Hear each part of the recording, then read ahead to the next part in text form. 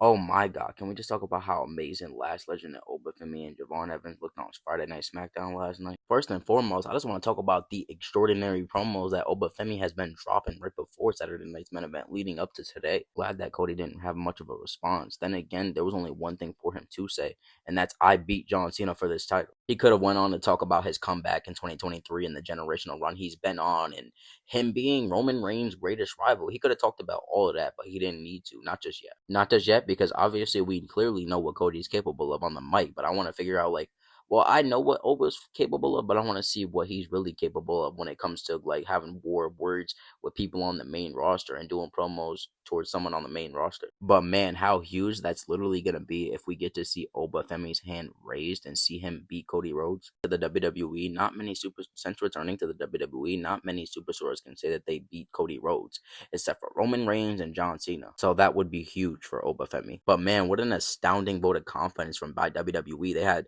Lash Legend beat Alexa Bliss, and they had Javon Evans beat The Miz, which, by the way, Javon Evans looked amazing in his match against The Miz. I really can't wait to see the day that he shines on the main roster. Only one out of three of these people are on the main roster officially, but I like how WWE, I don't know, like they low-key used this weekend, like not only this episode of SmackDown, to truly show WWE fans that this is the now.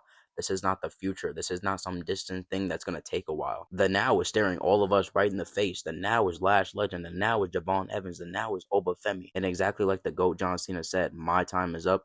Your time is now. Really solid performance though from Lash Legend and Alexa Bliss. Lash looked great. She looked dominant. She looked strong. She was performing like the irresistible force that she's destined to be. I really admire the fact that they paired her up with Nia Jax though and have her Nia take her under her wing. I really can't think of anybody else on the main roster, to be honest, that I would want Lash to be paired up with. I think it's super awesome though that we already got Javon Evans going up against The Miz, having match of the year contenders against Gunther, and involving Lash Legend in the War Game storyline and everything like that, and the match and the build up and all that, and putting her into the ring with arguably the greatest women's wrestlers of all time. But anyway, I just wanted to come on here and give my thoughts or whatever.